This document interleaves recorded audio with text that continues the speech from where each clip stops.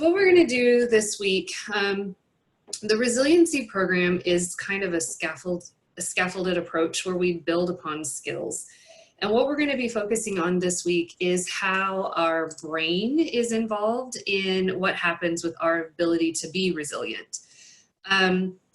How do our brains drive our reactions to things? So this little screenshot that you're seeing in front of you talks about self-awareness and self-regulation. This was pulled from the University of Pennsylvania's resiliency program. And for many of us here, these words are very familiar. We talk about self-regulation often with children. How do we manage our thoughts, our emotions, our behaviors when it, in a way to be, in the service of a desired outcome? Part of that means paying attention to our thoughts, paying attention to our emotions, paying attention to our reactions to things. So I'm getting ready to show you a picture. I really would like for you to make sure you're looking at the screen. And I just want you to look at the picture, and then I'm going to kind of try to watch some faces of those of you that I can see of your reactions. So this evoked some sort of an emotion, right? Seeing this bear coming at us, teeth, it evoked some type of an emotion. Maybe it was fear, maybe it was nervousness, maybe it was anxiety. But if I show you this picture, doesn't that give you a slightly different reaction? Maybe warm, cuddly. You might want to, snuggle with the teddy bear. So it's going to create something different in our brain. So with resiliency, I learned the ABC model, which ironically, we talk about ABCs of behavior all the time. The antecedent, the behavior, the consequence. Well, in this model, we're going to be talking about ABCs in the terms of what is an activating event. It could be something that is an adverse situation, a challenge. It could be an antecedent for a behavior. Then we're going to think about the brain. What are our thoughts and our beliefs about that event that took place that then led to a physical or an emotional reaction? So oftentimes we think that a situation just creates the reaction. We don't realize that our brain is involved and engaged and leads us down that path. So an activating event can be anything we're going to react to. It could be something positive, like the news that somebody's going to have a baby, or that somebody has won the lottery. Or it could be a negative situation, like, you're getting some sort of a bad news, or you're taking your one trip out of the house to go to the grocery store and you get a flat tire. So these are the types of things that can be an activating event. It could create this time for our brain to engage, respond, react. And really there are times where our brain hijacks us, if you think about it in those terms. So I want you to think about your brain like it's a photo album. So let's go back to the 90s. We've printed out all of our photos at the Walmart photo shop, and we have them in this little booklet. And we put it in the nice little plastic covering, and we're flipping through those photos, okay? So if you think about your brain as a photo album, whenever an activating event happens, we're oftentimes flipping through that photo album, which is our brain, to look for a familiar response. So for example, let's say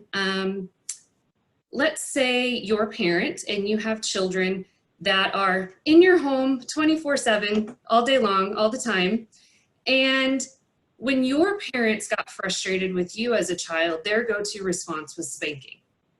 So as a person, when you're going through your photo album and you're looking for a way to respond to that activating event that your child has gotten on your nerves, you're like, oh, spanking, that's what I do. That's my reaction to this.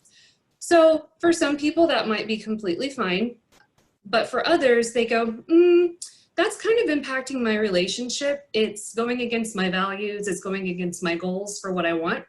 So I really need to kind of pull that picture out of the album and figure out a different way to replace it with a new picture that's more productive. So when I have this activating event that happens again, I can flip through and find this picture of like, oh, maybe I should take a time out.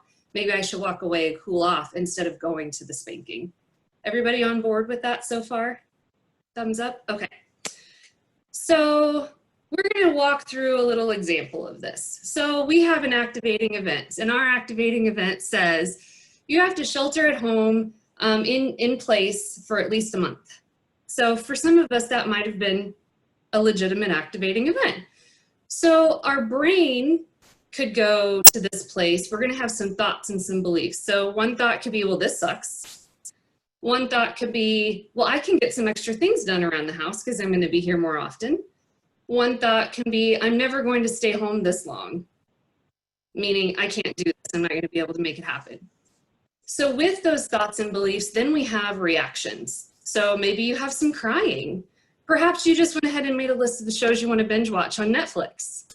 Maybe you decided that you're going to go for a run on the treadmill to cope with it. So we have all of these different ways that we are using our brain to help us to really respond. Are we going to handle it in a productive way, or are we going to handle it in a way that's not so productive? So this is what I want you to do, and I'm going to work us through this kind of quickly. This training usually is a 30-minute training. So I want you to think of a recent activating event, something that has happened to you. It can be within the last week or two. There's a list underneath there. I don't know how small that is on your screen, but it could be something about balancing professional and personal responsibilities. It could be about conflicts with family members. It could be about potential moving or home renovations that are happening. It could be about any new job or home responsibilities, or maybe your family member has some changes in their responsibilities. Interactions with coworkers or leaders, maybe a dating or a social situation, or finances. These are some things that can generally trigger some activating events. So just think about that for a minute, keep it to yourself, and then I want you to write down what are some of your reactions, or identify some of your brain's responses. So what were your thoughts and your feelings about that activating event? Taking this situation that we have, whether it's being sheltered at home, whether it's not getting to see loved ones, whether it's having your children with you all the time, whether it's places near you closing and not having access to them, there are activating events that keep happening. So the question you have to ask when you're looking at the consequences or the reactions is, were my reactions productive? Do they align with my goals, with my values, my performance, and do they support relationships? So, the reason I shared this skill with you is it's a lot about retraining your brain is really what it is. It has to do with, when should we check in with our brain? When you need a better understanding of why you react a certain way. If your reactions were not productive or not helpful, if your relationships are impacted by those reactions, or if you need to slow down and examine your reactions, whether they're in line with your goals, your values, or your performances. So that is the ABC model, and just thinking about how we can engage with our brain to help us react or respond in a more productive way. I can tell you this weekend I had a really tough time on Saturday because I just woke up in a terrible mood. And I think it's because I've been in this house for like days and I hadn't gone anywhere. And it just felt like Groundhog's Day over and over again. And I had to check in with my brain and go, I have control over how I'm responding and reacting right now. And I had to check myself for a few minutes and tried to kind of turn it around a little bit. Sometimes it takes some actions. Maybe it's those building optimism activities that we, did last week. Maybe it's getting some fresh air. It was raining here this weekend here too, so it didn't help matters for me.